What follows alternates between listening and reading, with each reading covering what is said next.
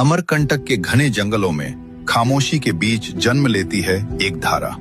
न कोई शोर, न कोई ऐलान, बस बहता हुआ एक ऐसा सच जो सदियों से अनकहा है।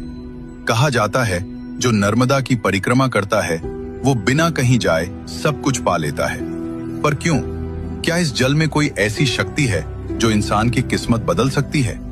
इसके तट पर खड़े मंदिर जैसे समय से बातें करते हों। साधु कहते हैं ये नदी नहीं, ये चेतना है। इतिहास गवाह है, नर्मदा कभी अपने रास्ते से नहीं भटकी, न रुकी न सूखी, जैसे कोई अदृश्य शक्ति इसे दिशा दे रही हो।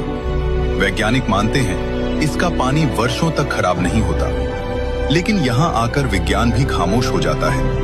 अगर नर्मदा साधारण होती तो करोड़ों लोग इसके नाम से मोक्ष की उम्मीद क्यों करते? शायद नर्मदा को समझना सिर्फ देखना नहीं, खुद को खोजने जैसा है।